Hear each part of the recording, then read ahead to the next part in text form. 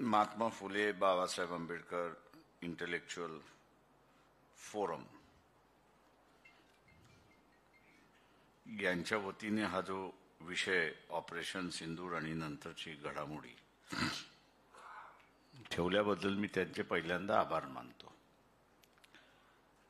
कारण का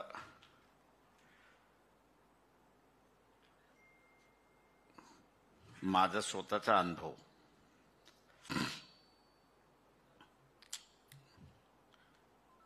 फुले शाहू आंबेडकरी संघटनेचा आरक्षणाचा मुद्दा, जातीचा मुद्दा, अत्याचाराचा मुद्दा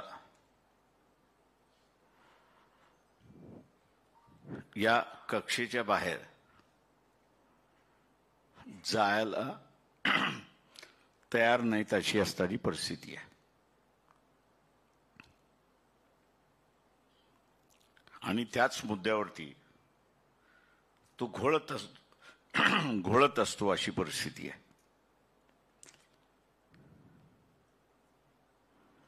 हे सगळे प्रश्न मी असं मानतो की त्याच्यामधले व्यक्तिगत आहेत।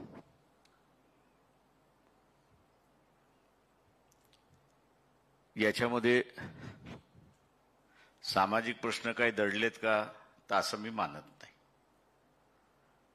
याचं कारण आहे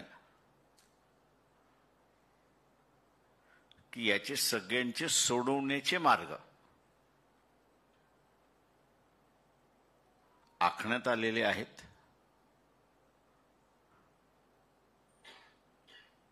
आणि त्या आखण्यात आलेल्या मार्गाप्रमाणे आपण गेलो तर आपल्याला न्याय मिळतो अशी असणारी परिस्थिती आहे। दुर्दैवाने चळवळ ही असणाऱ्या या व्यक्तिगत प्रश्नाच्या अवतीभोवती भरकटत ठेवली आणि तिला आपण चळवळ म्हणतो अशी असणारी परिस्थिती आहे। आणि त्याच्यामुळे संधी असूनही आपण ती गमावून बसतो असा त्याच्यातला भाग आहे अशी परिस्थिती आहे।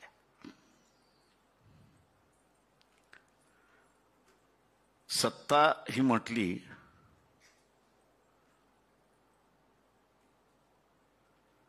ती सत्ता चालवावी लागते आणि ती सत्ता चालवायची असेल खोटं का होईना पण लोकांसमोर त्याची मांडणी होणं हे महत्वाचं आहे।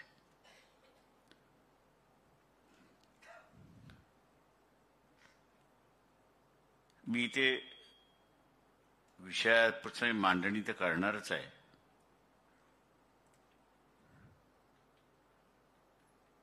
पण हा मी असं म्हणणार आहे की इथला असणारा एक गहन प्रश्न आहे।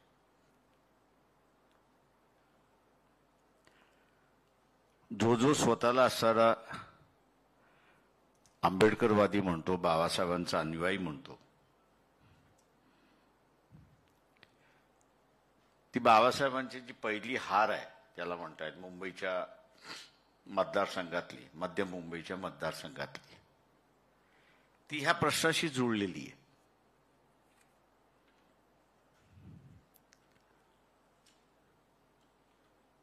जे निवेदन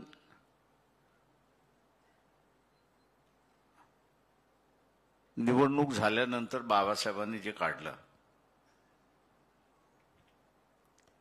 त्याच्यावरती असणारं त्यांनी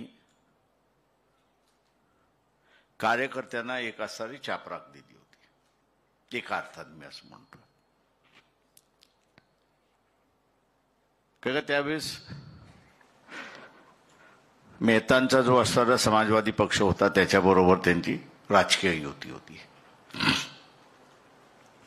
आणि कार्यकर्त्याचं म्हणणं असं होतं की मेहतांचा जो कामगार होता किंवा त्यांचं जे मतदान होतं ते मतदान बाबासाहेबांना मिळालं नाही। बाबासाहेबांनी त्याच कार्यकर्त्याला पडण्याच्या पाठीमागची कारणं त्यांनी त्या ठिकाणी मांडली।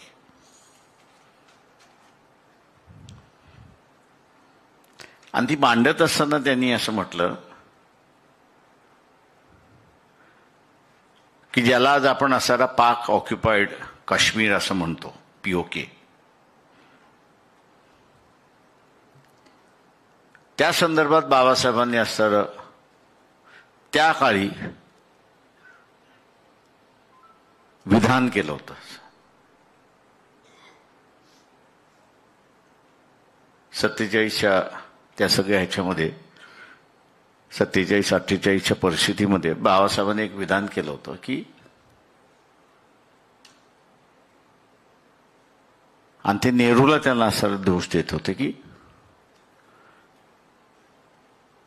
आपण पूर्णपणे काश्मीर ताब्यात घेतला पाहिजे होता, म्हणजे महाराज हरी शंकर यांच्या असणाऱ्या ताब्यामधला होता तो सगळाच आपण आपल्या ताब्यामध्ये घेतला पाहिजे होता,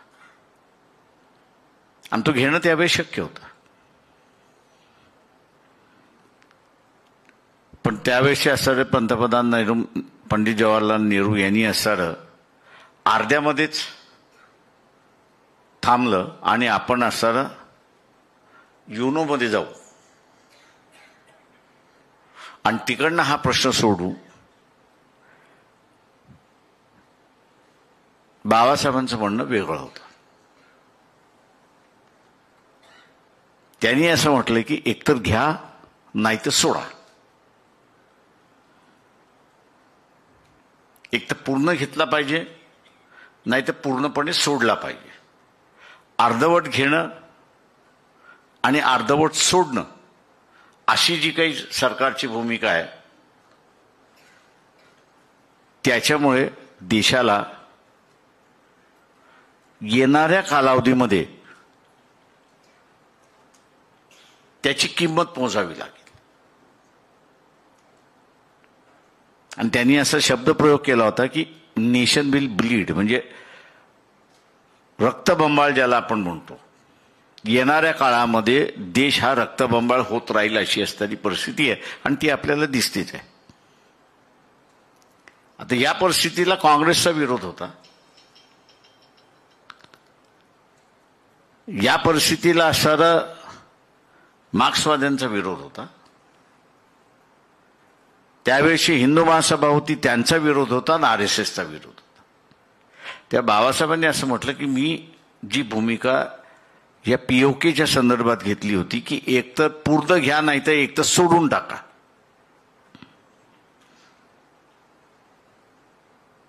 एक तर पूर्ण घ्या नाही तर एक तर सोडून टाका. हे अर्धवट जे घोंगडं लटकत ठेवलंय त्यामुळे असणारं देशाला रक्तबंबाळ केल्या जाणार आहे येणाऱ्या कालावधीमध्ये. आणि किती वर्ष चालेल ते म्हटले याचं सांगता येणार नाही.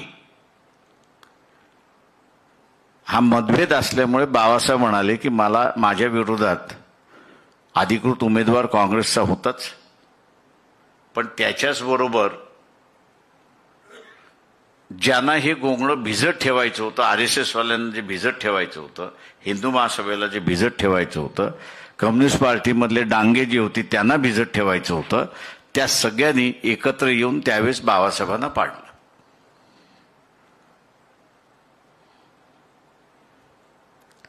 म्हणजे एका बाजूला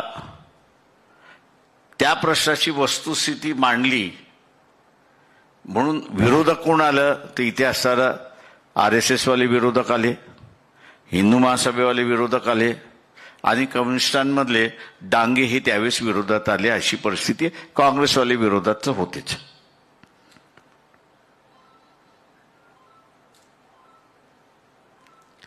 ज्याने कोणी असणारं थॉट्स ऑन पाकिस्तान पहिलं आणि दुसरं नुसतं वाचन नाही त्याचं अध्ययन केलं असेल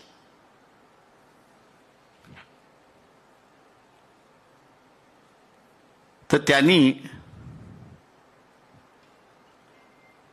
मुसलमानाच्या संदर्भातलं असणारं त्याच्यामध्ये विधान केलेलं आहे आणि त्याच्याच बरोबर त्यांनी त्याच्यातला फरकही केलेला आहे. राजस्थानच्या पलीकडे राहणारा असणारा जो मुस्लिम समुदाय आहे आणि भारतामध्ये राहणारा असणारा म्हणजे आत्ताच्या भारतामध्ये राहणारा मुस्लिम समुदाय त्या दोघांचं त्यांनी एक वेगळेपण दाखवलं की भारतामधला राहणारा असणारा मुस्लिम जो आहे त्याच्यामध्ये जी संत परंपरा आपण या देशामधली म्हणतो ती त्यांच्यामध्ये सुफी पद्धत आलेली अशी परिस्थिती आहे. आणि राजस्थानच्या पलीकडे राहणारा जो आज पाकिस्तानचा भाग आहे त्यांच्यामध्ये सुफी नाही आहे अशी असणारी परिस्थिती आहे.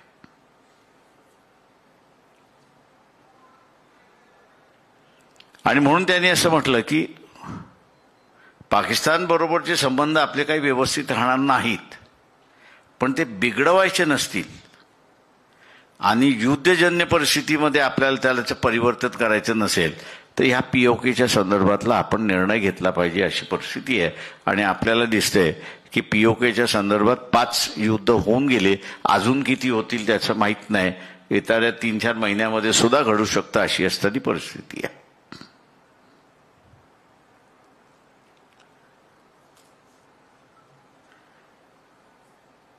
शेवटी मी असं त्याच्यामध्ये मानतोय आणि तो म्हणजे हा की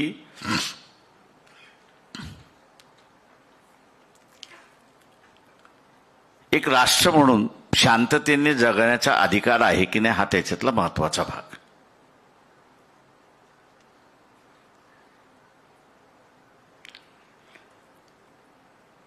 जे काही परराष्ट्र धोरण चा सिद्धांत जो बाबासाहेबांनी मांडला ते म्हटले तुमचे संबंध शेजारी राष्ट्राबरोबर चांगले असले पाहिजेत.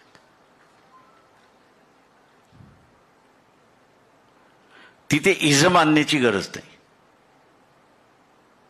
शांतता राहिली तर तुमचा विकास होतो.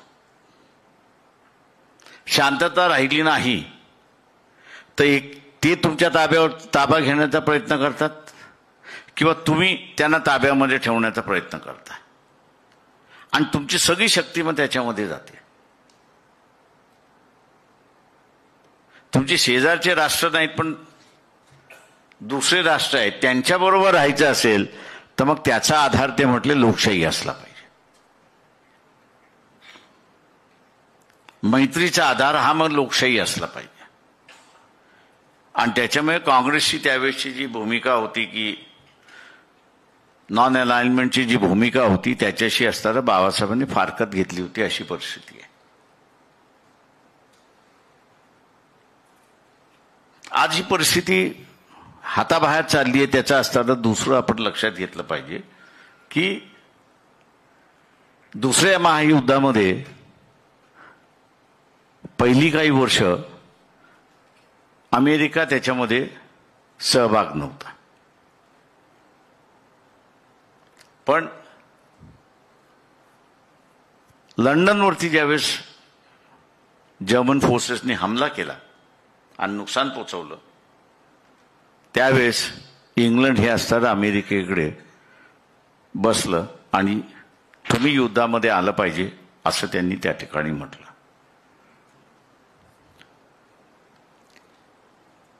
आपण गुलामीत होतो तेव्हा जगभराच्या गुलामीचा इतिहास याचे आपण विद्यार्थी असलो पाहिजे. मी दुर्दैवाने असं म्हणेन की इथला असणारा जो काही फुले शाहू आंबेडकरी विचाराचा साहित्यिक आहे दोघांशिवाय मला असणारा तिसरा दिसला नाही. एक चिमनकर ते मला असणारा या विषयातले विद्यार्थी आणि मांडणी करणारे होते आणि दुसरा एक कांबळे होता. दुर्दैवाने मी असं म्हणेन की फार लहान वयात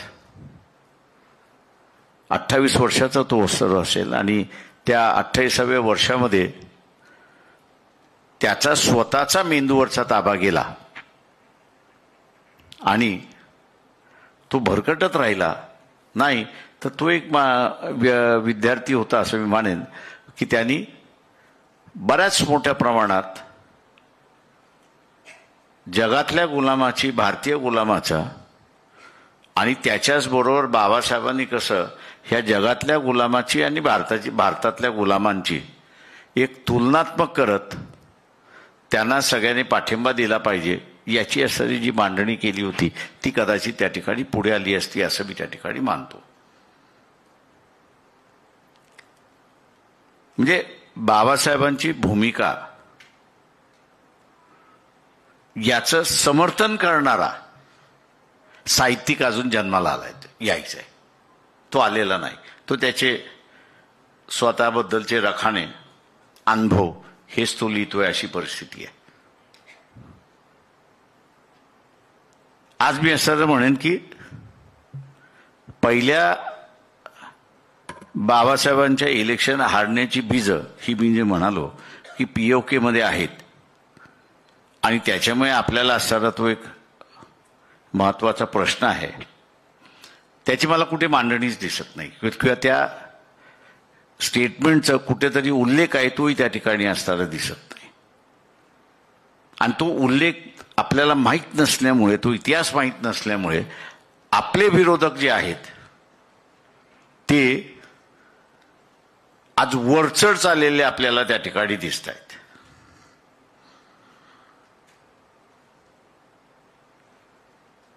या सगळ्या लढायामध्ये मी असं म्हणेन की फुलेशाह आंबेडकरी चळवळीतला जो माणूस आहे त्यांनी एक लक्षात घेतलं पाहिजे की भावनात्मक लढाईचा कालखंड संपला.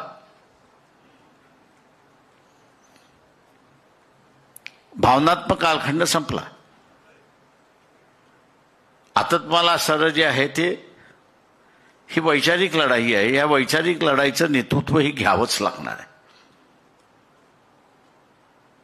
इथलं कम्युनिस्ट घेणार नाही. याचं कारण की कम्युनिस्ट आणि बाबासाहेब हे भांडण नसताना कम्युनिस्टांनी ते भांडण सुरुवात केलं.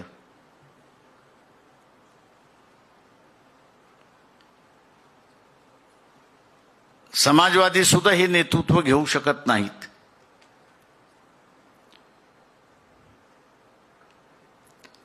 त्याचं कारण की समाजवाद्याच्या ग्रुपमधला एकच ग्रुप ज्याचा होता, भंडाऱ्याच्या इलेक्शनमध्ये आपण असणारं पाहिलं, तिथे फक्त असणारा आपल्याला तो एकच ग्रुप बाबासाहेबांच्या विचाराशी आणि लोह्या जो होता त्या लोह्यांच्या असणाऱ्या विचाराशी जुळतो अशी असणारी परिस्थिती आहे.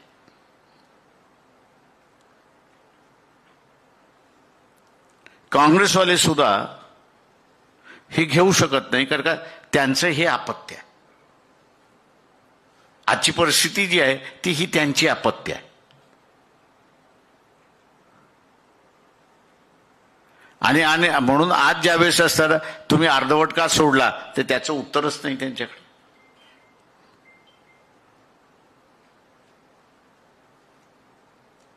काँग्रेसवाल्यांना ज्यावेळेस विचारलं जाते की तुम्ही असताना हे युनायटेड नेशन UNO मध्ये घेऊन गेलात, काय मिळवलं, तर तेही त्यांच्याबद्दलचं असणारं उत्तर नाही.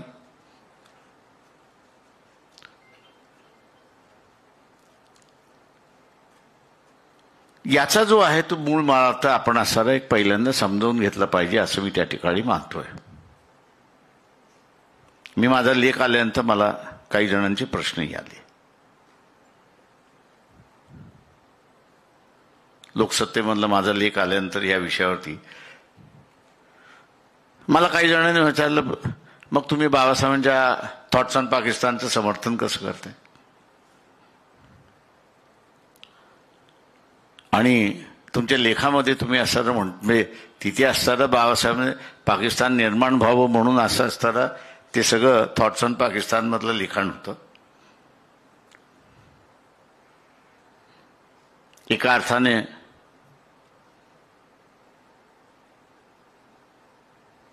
तुम्ही त्याच्या विरोधात जात नाही का?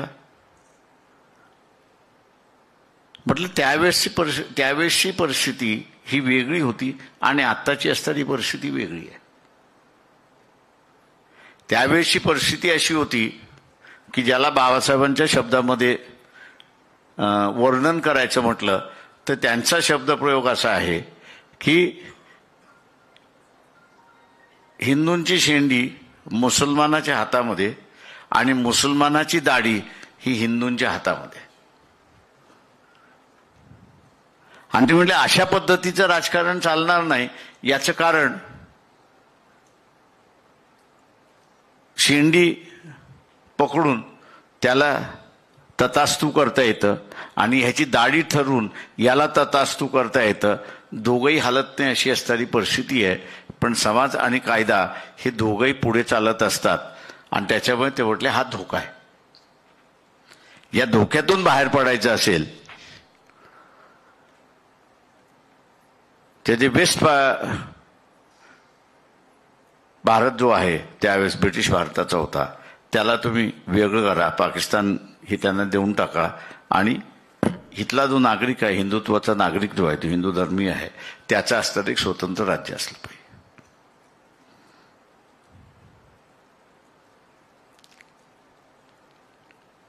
सावरकर बघा, अफगाणिस्तान पासून तर कन्याकुमारी पण भारताची सीमा असली पाहिजे. RSS आजही भोंगळ आणि त्यावेळेसही भोंगळ होतं. स्कूल ऑफ थॉट नाही. काँग्रेसवाल्यांना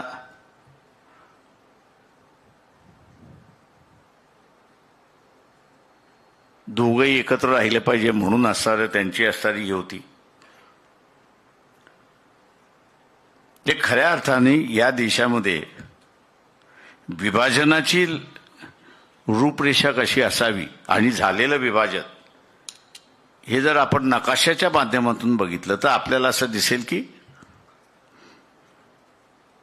या देशाचं निश्चितपणे काय व्हावं, ब्रिटिश राज्याचं निश्चितपणे काय व्हावं याची असणारी जी दिशा होती आणि संकल्पना होती ही बाबासाहेबांकडे.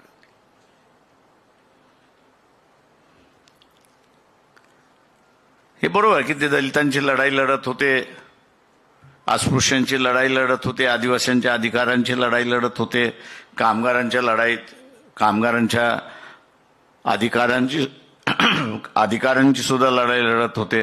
पण त्याच्याच बरोबर उद्याच्या ह्या देशामध्ये ज्यांच्यासाठी मी लढतोय ते सुरक्षित कसे राहतील याचाही त्यांनी विचार केला होता. अशी असणारी परिस्थिती आहे.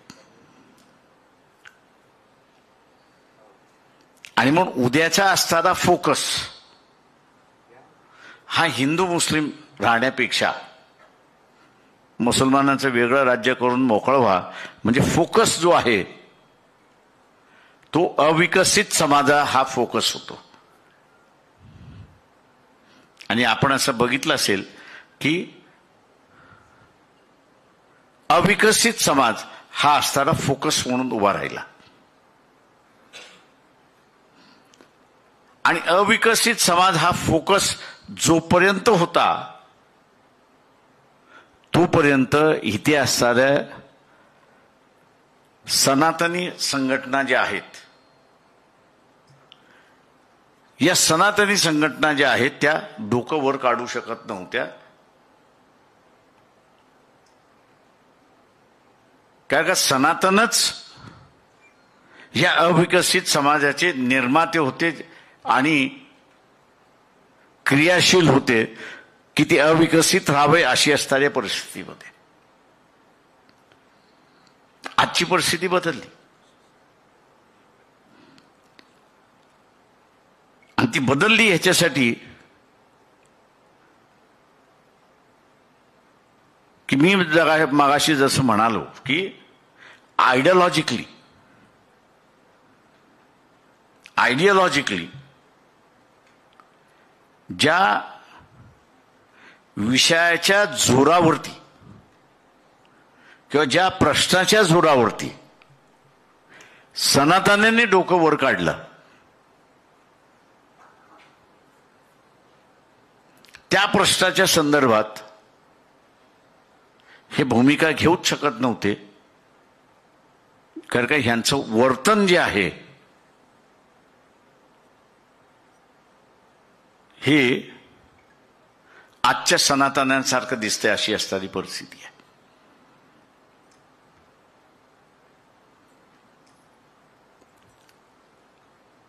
त्याच्यामुळे आज मुळमुळीत आपल्याला सगळंच राजकारण झालेलं दिसतंय. आणि ते मुळमुळीत झाले राजकारण याचं कारण असं आहे की काही बोलायला गेलं त्या चुकांचा पाडाच वाचल्या जातोय. तर तुम्ही हे का नाही केलं? तुम्ही ते का केलं? तुम्ही कशासाठी गेलात?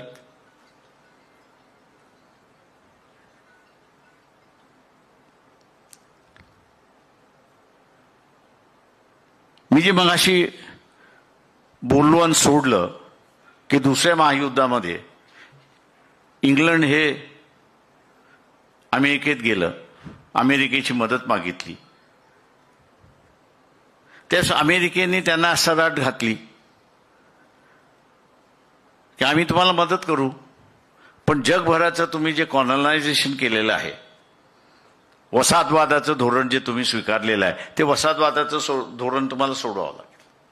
त्या राष्ट्राला तुम्हाला असणारं स्वातंत्र्य द्यावं लागेल. आणि ते म्हणले भारताला तुम्हाला पहिल्यांदा स्वातंत्र्य द्यावं लागेल. ते जर तुम्ही कबूल करत असाल तर आम्ही तुम्हाला या अलोकशाहीवादी तत्वाच्या विरोधामध्ये आम्ही तुम्हाला पाठिंबा देऊ.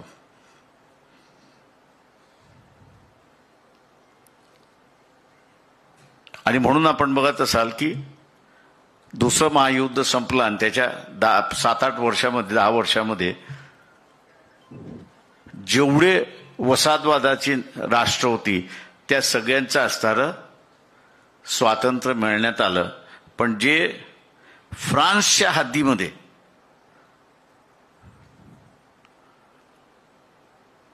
वसाहतवाद होते त्याच्यातले आजही काही शिल्लक आहेत आणि काही जणांना त्यांनी असणारं स्वातंत्र्य, म्हणजे ज्या ठिकाणी त्यांना काबूमध्ये ठेवता येत नव्हतं त्या ठिकाणी त्यांनी असणारं त्यांचं स्वातंत्र्य दिलं. आणि काही जण अजूनही फ्रान्सच्या वसाहतवादीमध्ये आहेत, अशी परिस्थिती आहे. मी सांगण्याचा मुद्दा हा की बाबासाहेब त्यावेळेस म्हणत होते की हे जे नॉन अलाइनमेंट धोरण जे काँग्रेसने घेतलं होतं त्या काळी, याच्यापेक्षा जे आपल्या स्वातंत्र्याच्या लढ्याच्या स्वातंत्र्य मिळावं ह्याच्या बाजूने उभं राहिलं ते अमेरिकेबरोबर आपण मैत्री केली पाहिजे. त्या अमेरिकेबरोबर आपण असताना मैत्री केली पाहिजे. आणि दुसरं बाबासाहेब म्हणत होते की चायनाचं पुन्हा वसाहतवादी धोरण आहे आणि या वसाहतवादी धोरणाच्या विरोधात आपल्याला उभं राहायचं असेल तर अमेरिकेची मदत ही आपल्याला लागणारच. मी दुर्दैवाने असं म्हणेन की त्यावेळेसच्या काँग्रेस लिडरशिपला देशापेक्षा,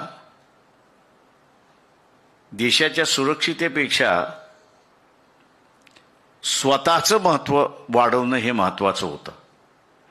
जगभराच्या राजकारणामध्ये आपलं महत्त्व कसं वाढेल याला महत्त्व देण्यात आलं. आणि याला महत्त्व देण्यात आल्यामुळे अमेरिकेने जो दोस्तीचा हात आपल्यासमोर केला होता तो आपण फेटाळला. प्रत्येक राष्ट्र हे असताना आपली सुरक्षितता पहिल्यांदा त्या ठिकाणी बघतं. अमेरिकेच्या हे लक्षात आलं की रशिया आहे एका बाजूला, चायना आहे दुसऱ्या बाजूला. या दोघांना जर आपल्याला बरोबरीने ठेवायचं असेल तर यांच्यावरती लक्ष ठेवणारं कोण नाही कोणतरी पाहिजे. त्यांनी भारताकडे हात पुढे केला, भारताने तो स्वीकारला नाही आणि नाईलाजाने त्यांनी पाकिस्तानला हाक घातली. त्यांनी अख्खंच कवटाळलं अमेरिकेला, अशी परिस्थिती आहे.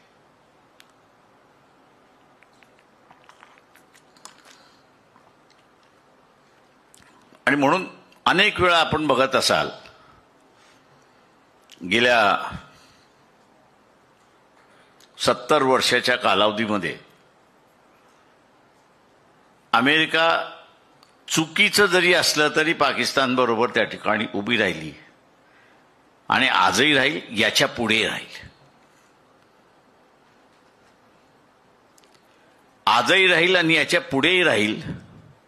त्याचं सगळ्यात मोठं कारण जे आहे की त्यांनी फार मोठी इन्व्हेस्टमेंट त्यांच्या सुरक्षितेच्या दृष्टिकोनातून त्यांनी पाकिस्तानमध्ये केलेली आहे.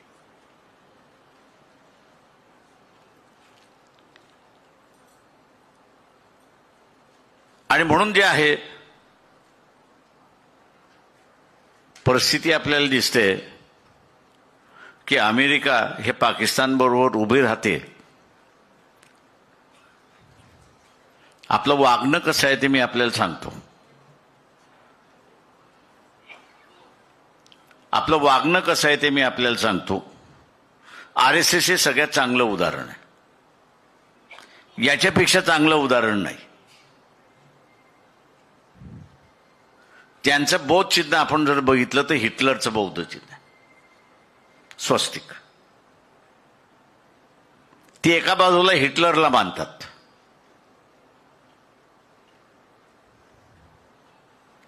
आणि दुसऱ्या बाजूला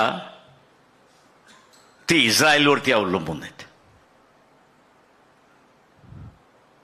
इस्रायल म्हणजे ज्यू. हिटलरने अत्याचार कोणावरती केले तर ज्यूवरती अत्याचार केले. त्याच्यामुळे ज्यू आणि हिटलर हा 36चा आकडा.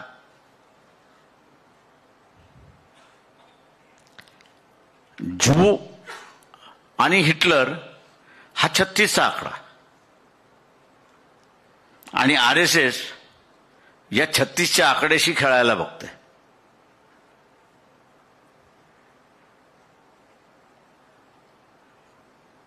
ना धरते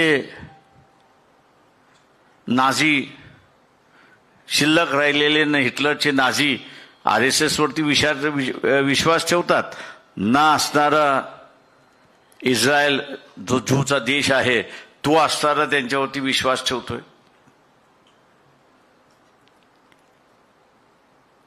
हे जे अतात्विक राजकारण जे चाललेलं आहे या देशामध्ये तेच सगळ्यात मोठं घातक आहे असं मी त्या ठिकाणी मानतोय.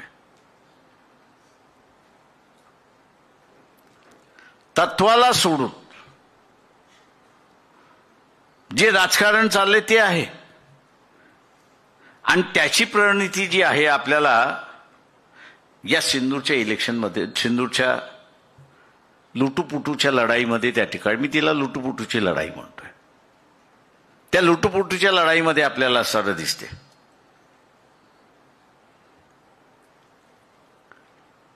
म्हणजे ह्या लुटूपुटूच्या लढाईमध्ये ज्यांच्याकडून आपण राफेल घेतलं, फ्रान्स हा आपल्याबरोबर उभा राहिला नाही. रशियासारखा की ज्याच्याकडून आपण असणाऱ्या मिसाईल्स घेतल्या, तोही ह्या लुटूपुटूच्या लढाईमध्ये आपल्याबरोबर नव्हता अशी परिस्थिती आहे.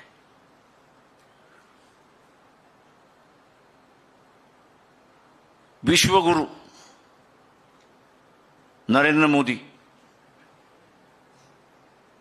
अनेक देशाला फिरून आले.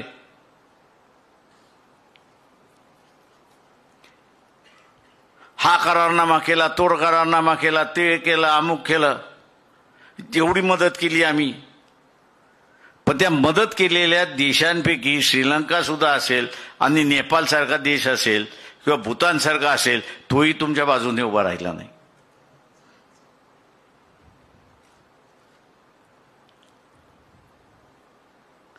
खऱ्या अर्थाने जर फुले आंबेडकरी चळवळ आज असती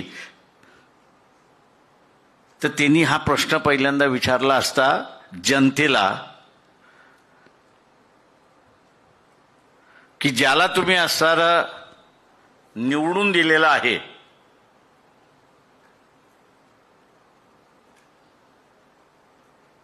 आणि ज्या RSSनी त्याच्यासाठी असणारा प्रचार केलेला आहे, तुम्हाला एक मित्र उभा करता आला नाही तो सांगा.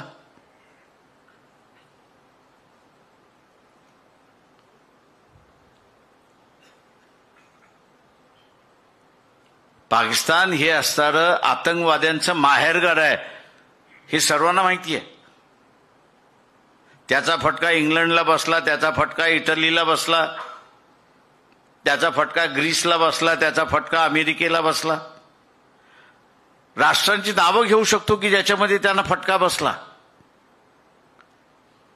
आणि तुम्ही असताना म्हणताय की आम्ही त्यांचे असणारं आतंकवाद्यांची असणारी अड्डे जे आहेत ते उद्ध्वस्त करायला निघालो. ते उद्ध्वस्त करायचं असताना तुमच्याबरोबर एकही मित्र का नाही, किंवा ज्यांना या आतंकवादाचा प्रसाद मिळाला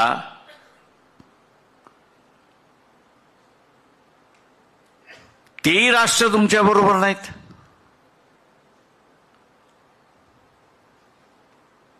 मी असं म्हणेन की हे दुर्दैव आहे फुले शाहू आंबेडकरी चळवळीचं, की मी मगाशी म्हणालो की आम्ही व्यक्तिगत प्रश्नामध्ये अडकलो, चळवळीला आम्ही सोडून दिलं, विसरून गेलो, अशी परिस्थिती आहे.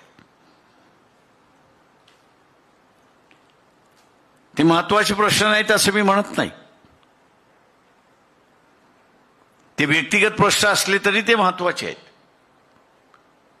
पण जे केंद्रित झालेलं आहे त्याच प्रश्नावरती पूर्णपणे जी केंद्रित झालेली आहे ती चुकीची आहे, हे आपण असं लक्षात घ्या. आणि म्हणून म्हणालो की अनेक वेळा आंबेडकरी चळवळीला, फुले शाहू आंबेडकरी चळवळीला संधी मिळाली, नेतृत्व करण्याची संधी मिळाली, ती संधी आपण स्वीकारली नाही, अंगावरती घेतली नाही, किंवा त्या दृष्टीने आपण कधी विचारही केला नाही, अशी परिस्थिती आहे.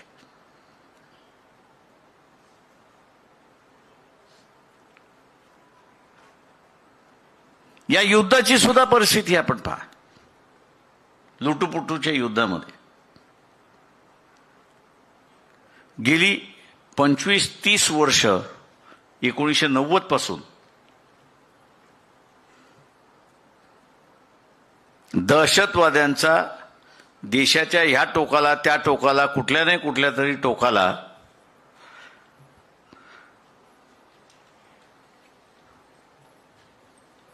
घटना घडतच आहेत.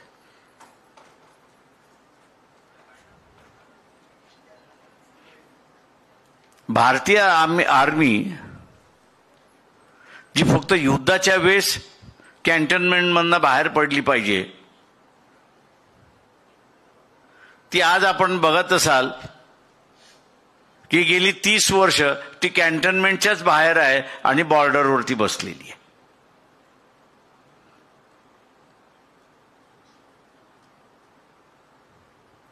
म्हणजे ज्याला आम्ही असणारं फायनल युद्धासाठी तयार केलं,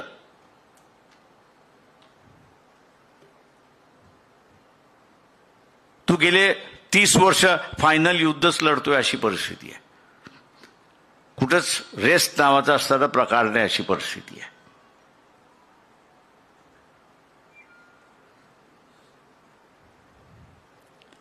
या देशामधला जो सगळ्यात महत्वाचा जो आहे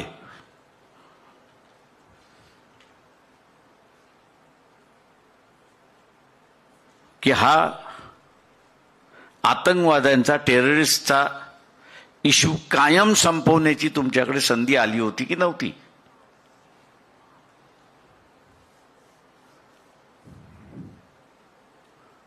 तुम्ही त्या परिस्थितीमध्ये होता की नव्हता?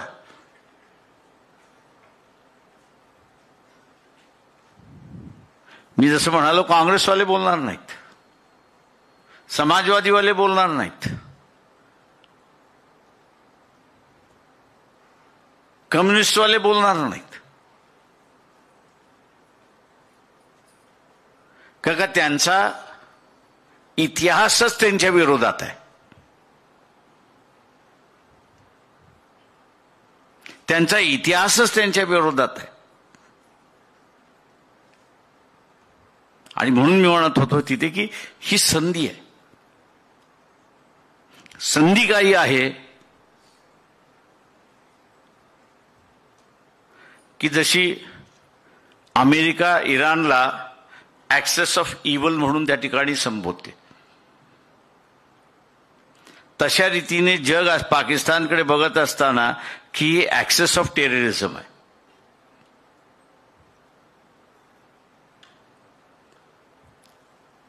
ठीक आहे, माझं म्हणणं आहे बाबासाहेबांनी असणारं टू नेशन थिअरी मांडून असणारं पाकिस्तानचं एक्झिस्टन्स मान्य केलं. कशासाठी? तर गेले हजारो वर्ष या देशातला नागरिक जो आहे याच्यावरती राज्य परदेशातलाच माणूस येऊन करत होता, त्याच्यातून त्याची सुटका होते म्हणून बाहेरच्याला बाहेरचं द्या आणि आतल्याला आतलं द्या अशी असणारी भूमिका होती.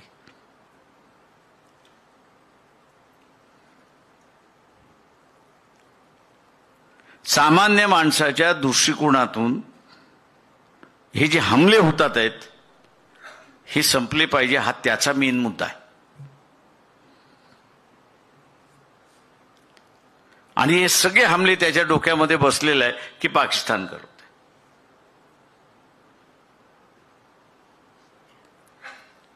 या युद्धामध्ये पाकिस्तान संपवण्याची संधी होती की नाही हा त्याच्यातला महत्वाचा आहे.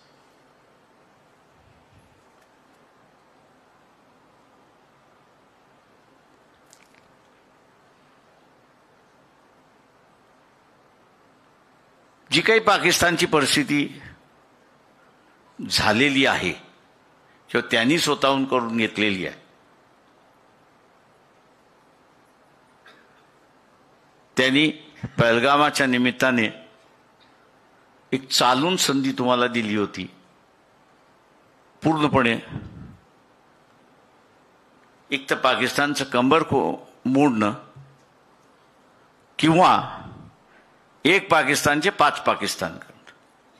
सिंधचा एक भाग, कराचीचा एक भाग, पंजाबचा एक भाग आणि बलुचिस्तानचा असणारा एक वेगळा भाग, नॉर्थ ईस्ट जो आहे त्याच्यातला असणारा वेगळा भाग. हा एकेकाळी जगाचा अजेंडा होता.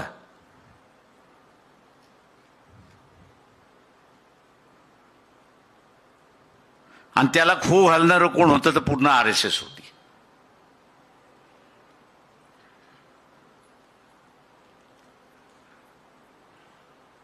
मुशर्रफ हे पाकिस्तानचे राष्ट्राध्यक्ष होते आणि आपल्या इथं अटल बिहारी वाजपेयींचं गव्हर्नमेंट होतं. पाकिस्तानवरती एवढं कर्ज झालं होतं की ते महिना 1.5 महिन्यामध्ये जी आपली परिस्थिती चंद्रशेखर पंतप्रधान झाली होती की default on external payment, external पेमेंटवरती आपलं जे डिफॉल्ट झालं होतं आणि म्हणून वर्ल्ड बँकेकडून आपल्याला असणारं कर्ज घ्यावं लागलं होतं आणि बँक ऑफ इंग्लंडमध्ये आपल्याला सोनं गहाण ठेवावं लागतं, त्यावेळेस जगाने आपल्यावरती एक आट घातली. जगाने आपल्यावरती एक अट काय घातली तर तुम्ही तुमची अर्थव्यवस्था खुली करा. तुम्ही जे बंद केलेली अर्थव्यवस्था जी आहे, फक्त भारतीयांसाठीच भारतीय अर्थव्यवस्था जी बंद केलेली आहे ती खुली करा आणि जगातल्या लोकांसाठी ती मोकळी करा. पैसे पाहिजे होते म्हणून आपण असणारा ती अट मान्य केली आणि तिथून या RSS वाल्यांनी त्यांनी अर्थव्यवस्था खुली करा एवढीच त्यांची डिमांड होती.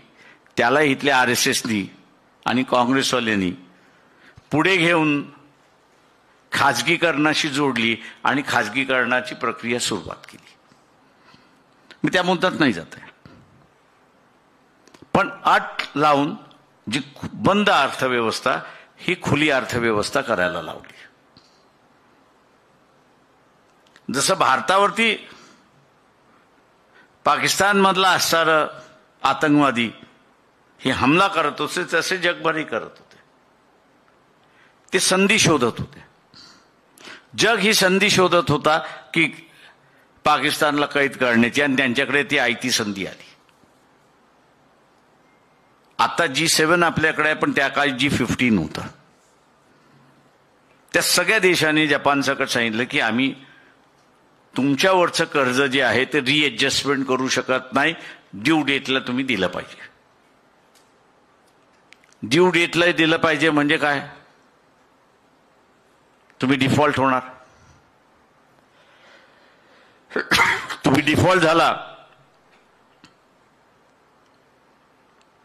तर मग आम्हाला तुमच्यावरती असणारा निर्बंध लावता येतात.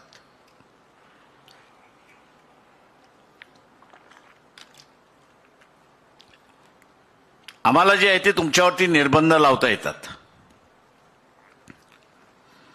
आणि निर्बंध लावले की मग आपल्याला माहिती आहे की आपले हातपाय गळून पडतात अशी परिस्थिती आहे. ती संधी त्यावेळेस मी पार्लमेंटमध्येच होतो आणि सगळ्यांना सांगण्याचा प्रयत्न केला, अरे बाबा, पाकिस्तानकडे फक्त 39 मिलियन फॉरेन एक्सचेंज आहे, तुम्ही हे भेटू नका. ते डिफॉल्ट झाले की ते तुमच्याकडेच येतात आणि तुमच्याकडे आल्यानंतर तुम्हाला पाहिजे ते निर्बंध घालता येतात आणि शांतता पुन्हा प्रस्थापित होते. परंतु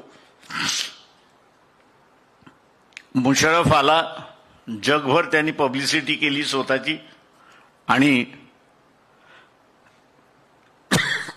जगामधलं एक वातावरण निर्माण करलं की 2 न्यूक्लिअर देश एकत्र येऊन शांतता करतात आहेत.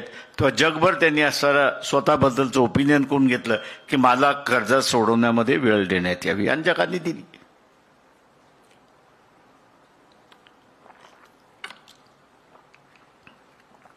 माझा मुद्दा हा आहे की ह्याही निवडणुकीमध्ये म्हणजे ह्याही लुटूपुटूच्या लढाईमध्ये तुम्ही ती परिस्थिती पाकिस्तानची करू शकला होतात की नाही. एअरफोर्सने जी काही परिस्थिती पाकिस्तानची केली होती ती वस्तुस्थिती आहे की पूर्णपणे त्यांच्या असणाऱ्या एअर डिफेन्सचा ताबा आपण घेतला होता.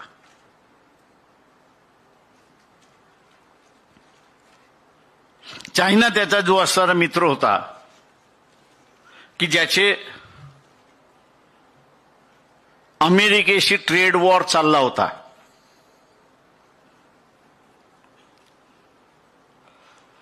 अमेरिकेचं मार्केट बंद झालं तर चायनाच्या हे लक्षात आलं होतं की आपली अर्थव्यवस्था बिघडणार आहे आणि मग ती अर्थव्यवस्था बिघडणारी अर्थव्यवस्था आपल्याला थांबवायची असेल तर जगामधलं दुसऱ्यात मोठं मार्केट कुठे आहे तर भारतामधलं मार्केट आहे.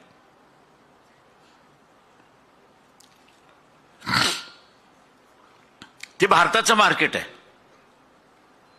आणि म्हणून चायना असं म्हणालं की खरंच आपलं जर युद्ध झालं अमेरिकेबरोबर आणि आपण आता असताना पाकिस्तानला मदत केली तर भारतातलं मार्केट आपल्या हातातून जाईल.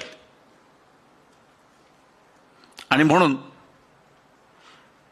या लुटूपुटूच्या लढाईमध्ये सुद्धा चायनाने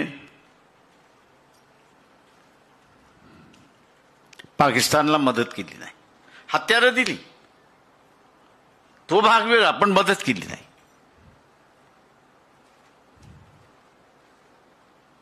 आणि अमेरिकेच्या ज्यावेळेस लक्षात आलं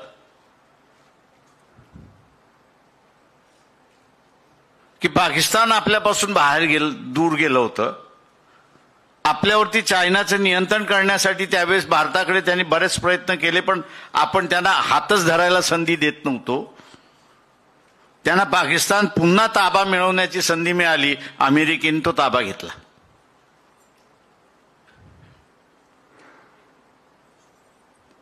आणि आमच्या असणाऱ्या विश्वगुरूला असा हया दम भरला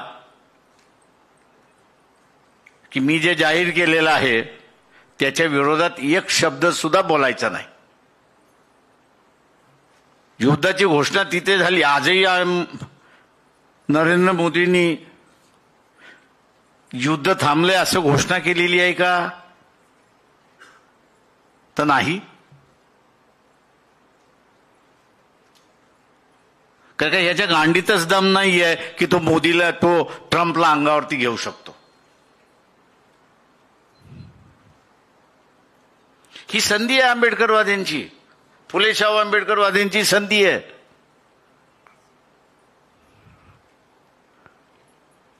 प्रचार करण्याची की तुम्ही गांडुगिरीच्या राजकारणाच्या बाजूने जाणार आहात की हिंमतवाल्यांच्या राजकारणाच्या बाजूने जाणार आहात.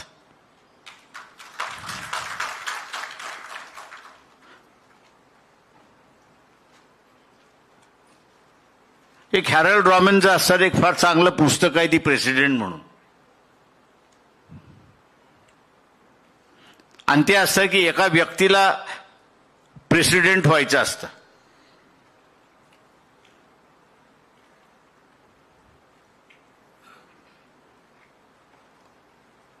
आणि त्या पुस्तकामध्ये असं त्यांनी म्हटलं की संधी मिळाली आणि ह्यांनी वापरलं आणि तो प्रेसिडेंट झाला.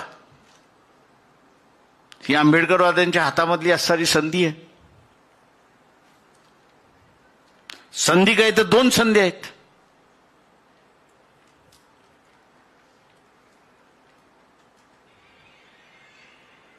एक तर हमला करणारं सेंटर हे ते टेररिस्ट कॅम्प नाही आहे, तर पाकिस्तान आहे.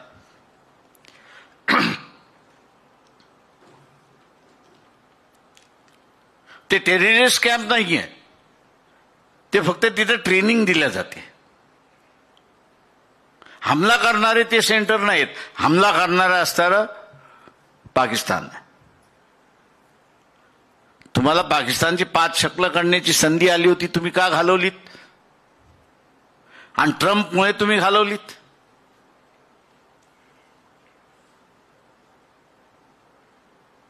पब्लिकली तुम्हाला असणारा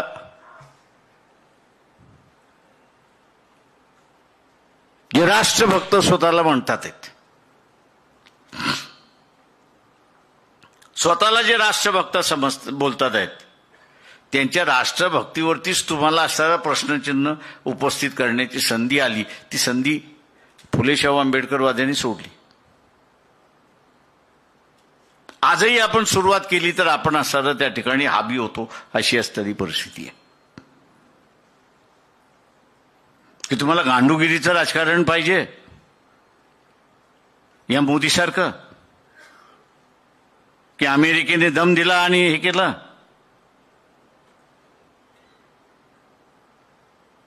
की तुम्हाला असणारा इराणच्या खोमिनीसारखं राज्य पाहिजे. नाही, मला ज्या दिवशी थांबवायचं त्या दिवशी मी थांबेन.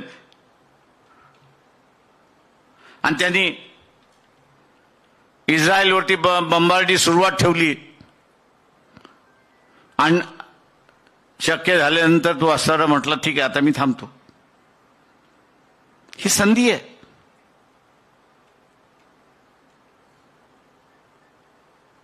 हा आंबेडकरी फुले शाहू आंबेडकरी चळवळीतला जो मौनी बाबा आहे,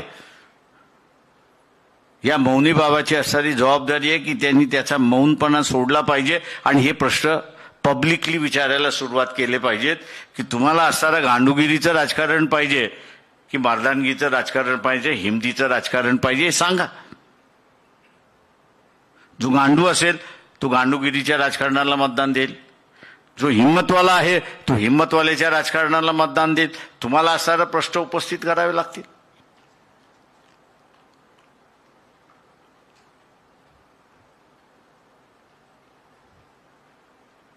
संधी आली की तिचा उपयोग केला पाहिजे, हे माझं स्वतःचं तत्व आहे. तिथे माघार हटायचं नाही.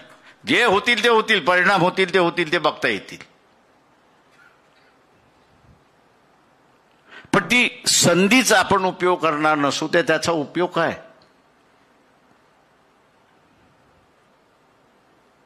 आज त्याचा परिणाम काय दिसतोय आपल्याला?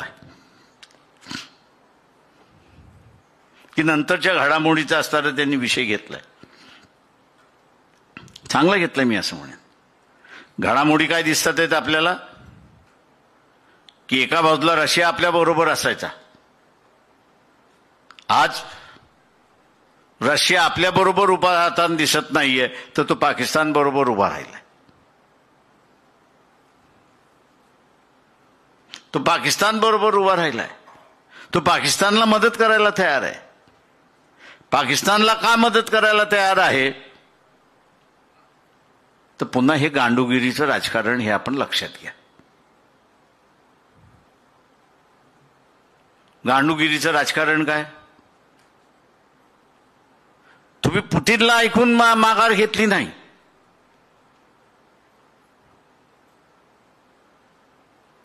रशियाचे जे राष्ट्राध्यक्ष आहेत पुतीन, त्यांना तुम्ही असं विचारून माघार घेतली नाही. तर तुम्ही ट्रम्प जो भारताच्या विरोधात आहे की ज्यांनी मोदी ती बेइज्जती केली, व्हाईट हाऊसमध्ये त्याची असणारी बेइज्जती केली, त्यांनी सांगितलं आणि भारत गप्प बसला. त्यांनी सांगितलं आणि RSS वाले गप्प बसले.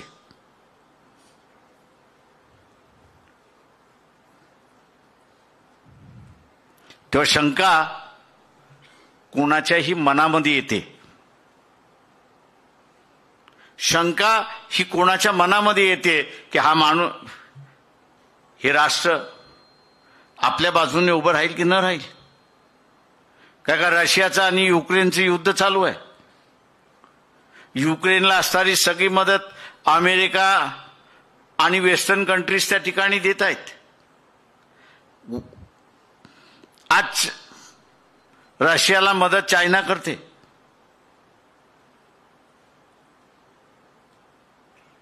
रशियाला मदत इराण करते.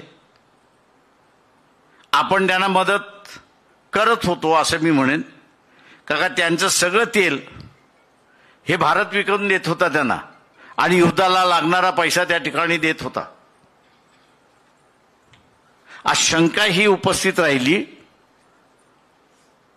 की रशियाचं तेल जे भारत विकून देत होता, उद्या पुन्हा ट्रम्पनी सांगितलं बंद आणि ह्यांनी बंद केलं तर आमचा असणारा लढण्याचा जो स्रोत आहे, लढण्याचा जो स्रोत आहे तो सगळाच बंद झाला. आणि हा लढण्याचा स्रोत बंद झाला तर मग मी लढायचं कसं? आणि म्हणून चायनाने रशियाला ज्यावेळेस सांगितलं की आपण असणारा आता पाकिस्तानच्या बाजूने उभं राहिलं पाहिजे, त्यावेळेस शांतपणे न काही बोलता रशिया हे पाकिस्तानच्या बाजूने उभं राहते अशी परिस्थिती आहे. राजकारणामधला आ बैल मुझे मार असं जे म्हणतात ते या लुटूपुटूच्या लढाईमध्ये आपण असणारा बैल उभा केला आणि तो आता आपल्या विरोधातच मारणार आहे.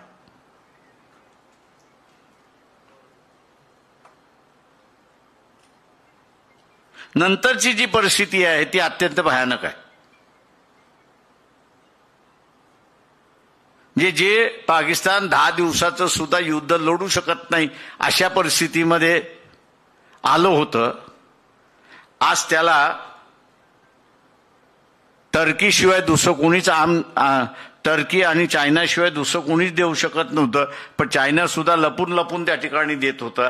आज असणारं रशिया एका बाजूने आणि अमेरिका दुसऱ्या बाजूने खुलं त्यांना असणारं ॲम्युनेशन पुरवायला सुरुवात झाली आणि पुन्हा सुसज्ज करायला झालेलं आहे. पुन्हा सुसज्ज करायला झालेलं आहे.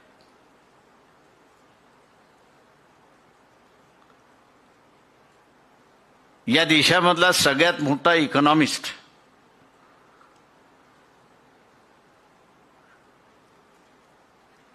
हे डॉक्टर बाबासाहेब आंबेडकर. आणि त्यांनीच अर्थव्यवस्थेमधला येणाऱ्या काळासाठी एक सिद्धांत मांडला होता. आणि ते म्हटले पुढची युद्ध जी आहेत ही जमिनीचा ताबा मिळवण्यासाठी नसणार आहेत. जमिनीचा ताबा मिळवण्यासाठी नसणार आहेत, तर पुढची युद्ध ही अर्थव्यवस्था ताबा घेण्यासाठी लढल्या जाणार आहेत.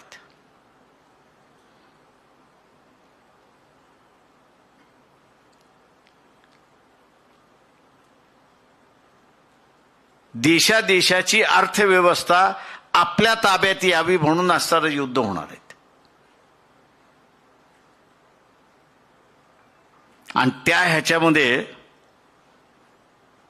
चारित्र्यहीन व्यक्ती देशाच्या खुर्चीवरती बसला असेल तर अर्थव्यवस्थेवरती ताबा मिळवणं अत्यंत सोपं आहे.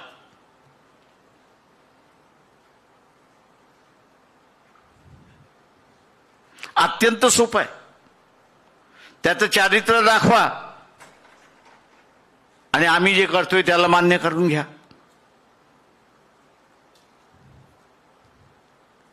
हे जे मोदीच्या समोर ट्रम्प एवढी दादागिरी करू शकतो, चारित्र्याचा तर प्रश्न नाही. शंका उपस्थित होते.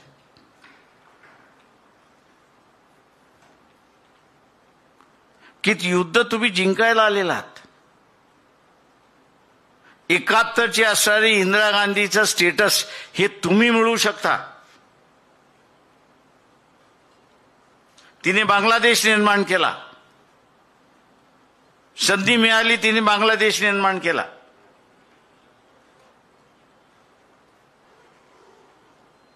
तिने हे बघितलं नाही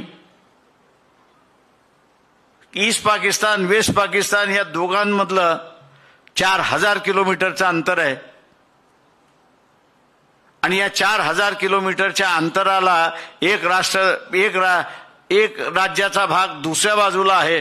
त्याला नियंत्रित ठेवण्यासाठी, गव्हर्न करण्यासाठी, त्याच्यासाठी लागलेला सगळा जो इन्फ्रास्ट्रक्चर आहे तो देशावरच्या असणाऱ्या रिसोर्सेसवरती फार मोठा असणारा ड्रेन आहे. अशी जी परिस्थिती आहे ती विसरली. 2 तुकडे करतायत करा आणि करून मोकळी झाली. आपण RSSला विचारलं पाहिजे, BJPला विचारलं पाहिजे, नरेंद्र मोदीला विचारलं पाहिजे, अरे बा तुला पाकिस्तानचे 5 तुकडे सोडून 30 वर्ष जो असणारा आतंकवाद्यांचा हमला होता तो थांबवण्याची संधी होती, ती तुम्ही का दौडवली ते सांगा. आणि आज परिस्थिती अशी आहे की तुमच्याकडे कोणी मित्र राहिला नाही. ज्याचे 5 तुकडे काढण्याची असणारी लोकांची अपेक्षा होती, आज त्याच प्लेयरला तुमचे मित्र रशिया आणि दुसऱ्या बाजूला अमेरिका तुमची असणारी मैत्रीण,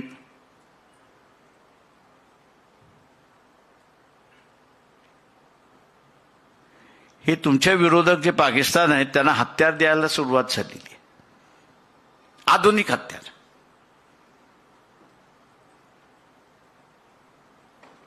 उद्याच्या असणाऱ्या कालावधीमध्ये ही परिस्थिती तुम्ही फेस करू शकता का?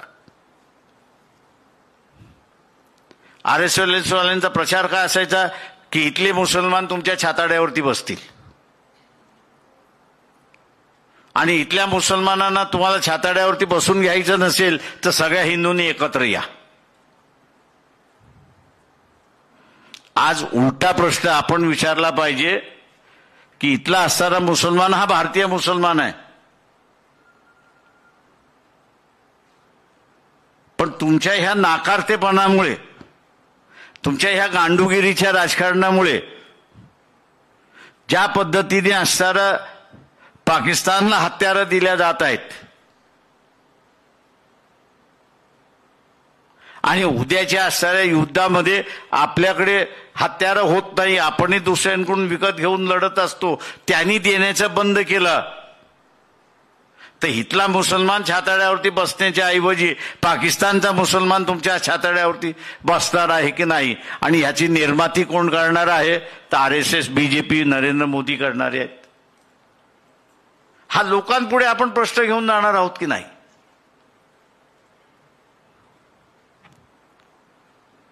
काँग्रेसवाले घेऊन जाणार नाही याची मला खात्री आहे.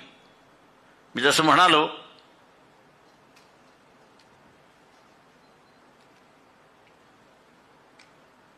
समाजवादी आणि कम्युनिस्टवाले हा कधी प्रश्न उपस्थित करणार नाही. फुले शाहू आंबेडकरवादीवाले काय करणार? तेही गप्प बसणार आहेत का? मुख गिळून बसणार आहेत का?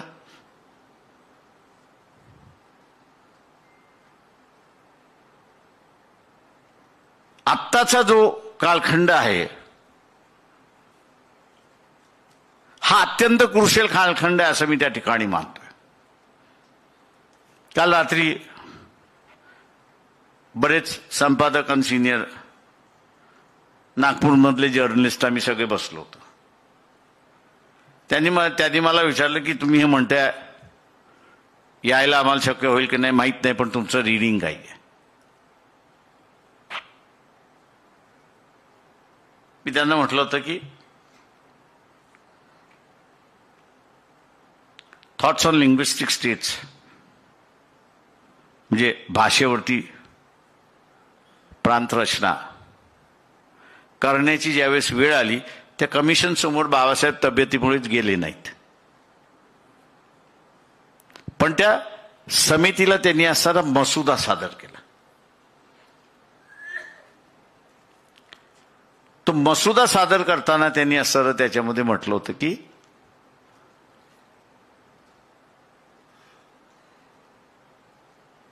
तुम्ही भारतामध्ये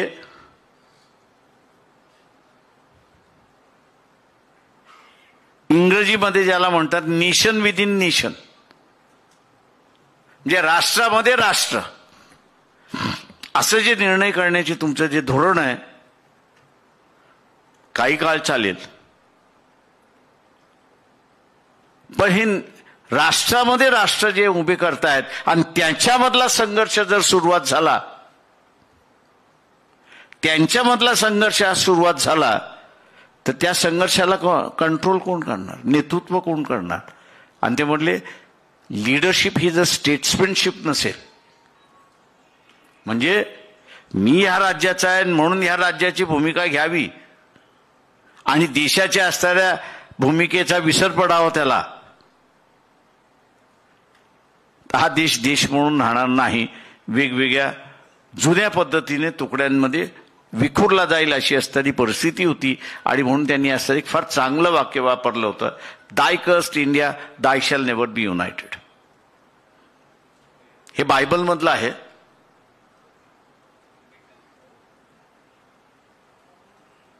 आणि त्यांनी त्याच्या पुढे लिहिलं की I wish this does not happen, म्हणजे हे अशी परिस्थिती भारतामध्ये येत नाही.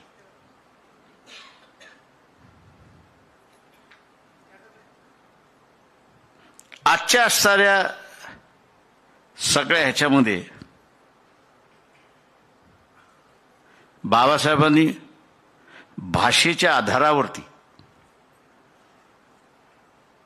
एक राज्य दुसऱ्या राज्याच्या विरोधात उभं राहिलं आणि भारतामध्ये स्टेटमेंटशिप नसेल तर मग त्याची संघर्ष टाळणार कोण. यंत्रणा शिल्लक राहत नाही ते संघर्ष टाळण्यासाठी, आणि यंत्रणा जर तुमच्याकडे तो संघर्ष टाळायचा नसेल त्या संघर्षाचा भेगा जे आहेत हे भगदाड व्हायला वेळ लागणार नाही. आणि भगदाड एकदा झालं की ते जुळवणं कठीण आहे अशी असणारी परिस्थिती आहे. आता तेच आपण केलंय. सांगता आलं पाहिजे आपल्याला की इथल्या असणाऱ्या मुसलमानांना हा आमच्या छाताड्यावरती बसेल म्हणून त्याला असणारं एक विलन करून आपण बसून झालं, त्याला विलन म्हणून आपण असणारा बसवलेला आहे. आता ह्या विलनपणातून त्याला सुटका आपण द्यायलाच तयार नाही आहोत.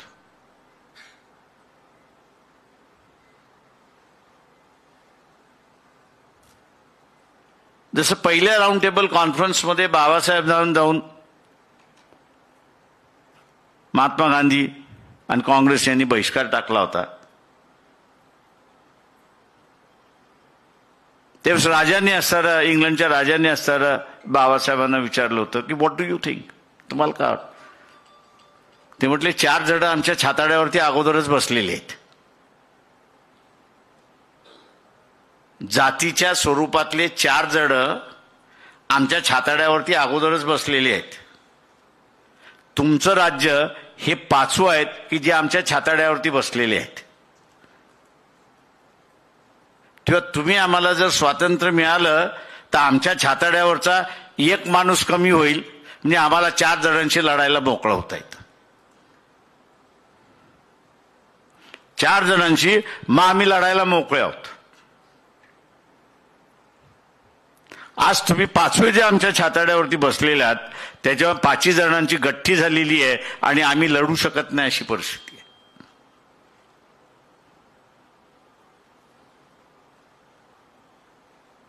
दुर्दैवाने असं म्हणेन, खुदा न खास्ता अशी परिस्थिती पुन्हा उभी राहावी आणि ती मला शक्य त्या अधिक त्या ठिकाणी दिसते. याचं कारण की जगाची अर्थव्यवस्था आपण जर पाहिली,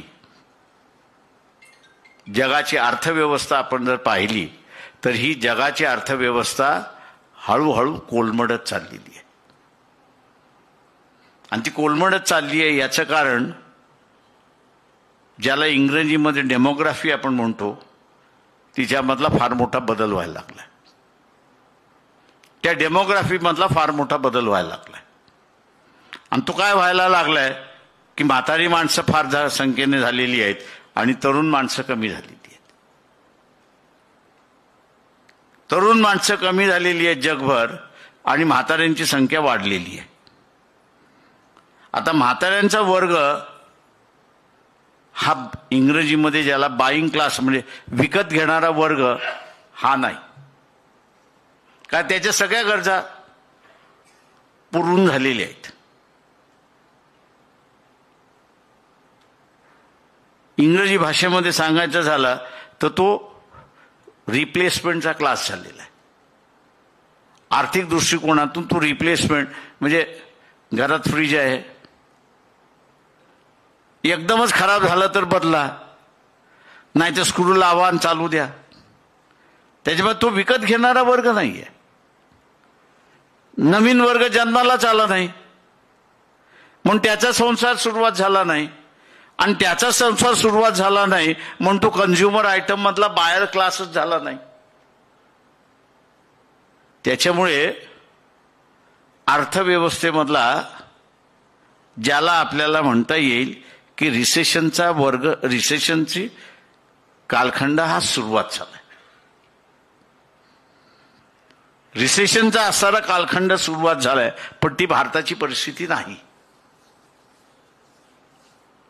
काय येत्या अजून 30 वर्ष भारताची लोकसंख्या वाढत जाणार आहे.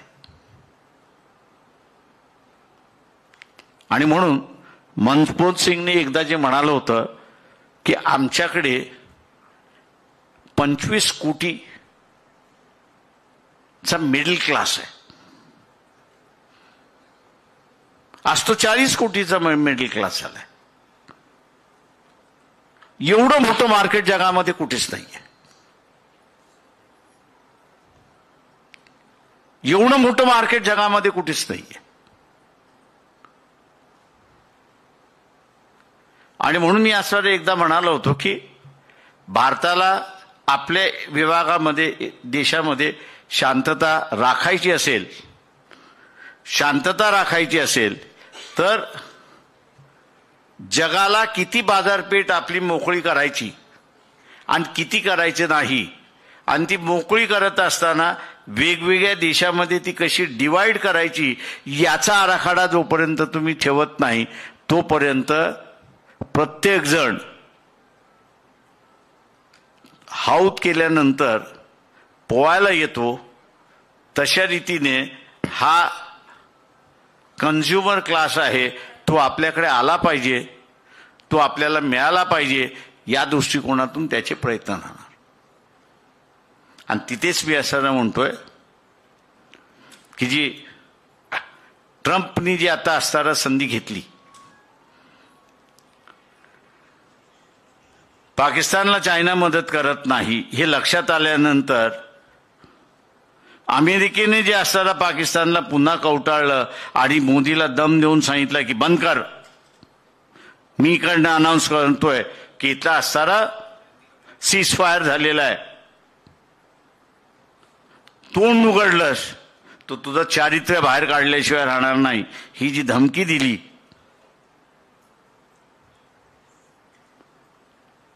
ही वर्षभराने सुद्धा येऊ शकते, 6 महिन्यांनी सुद्धा येऊ शकते, 3 महिन्यांनी सुद्धा येऊ शकते.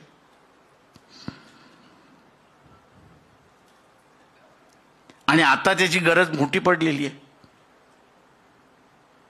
आणि म्हणून मी म्हणालो की आत्ताच्या कालावधीमधलं वाईट शब्द आहे, मला माहिती आहे गांडू हा वाईट शब्द आहे.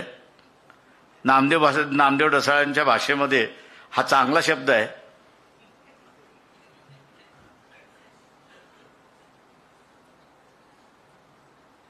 तुम्हाला ज्या शब्दामध्ये हितली व्यवस्था सामान्य माणसापर्यंत सांगता येते ते शब्द वापरायला आपण कधी घाबरता कामा नये.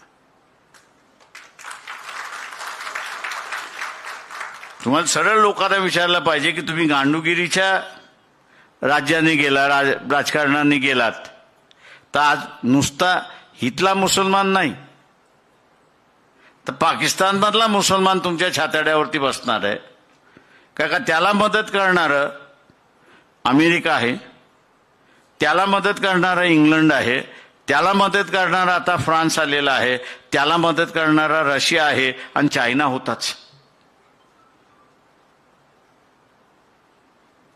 तुम्ही या सगळ्यांशी एका वेळेस लढू शकता का?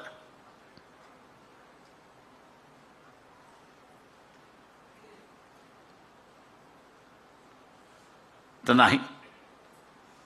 आणि म्हणून हे RSS BJP जे गांडूगिरीचं राजकारण करते याला मतदान करणं म्हणजे तुम्ही गांडू आहात, मतदार गांडू आहे.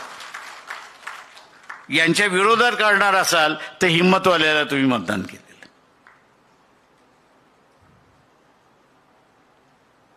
राजकारणामध्ये मी नेहमी मानत असतो बाप तरी दाखव, तो दाखवता येत नसेल तर श्राद्ध घालून मोकळा होऊन जा.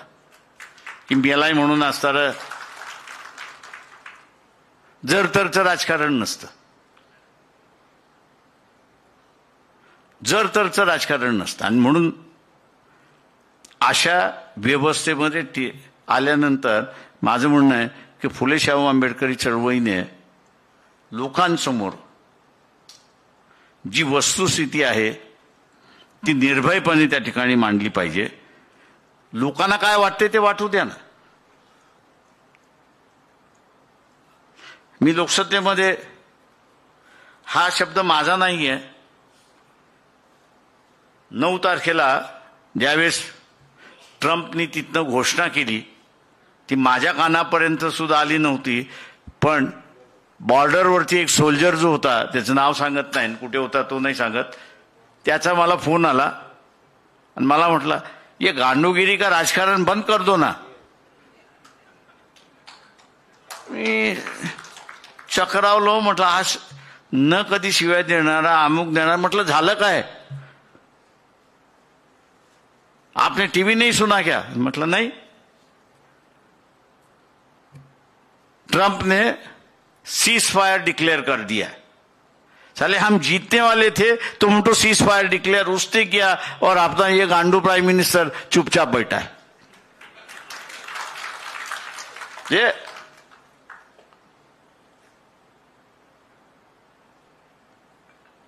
त्या आर्मी वाल्याला सुद्धा वाटत होतं साला 20 वर्षाच्या ह्या दर दिवसाच्या कटकटीमधनं मी सुटतोय आता.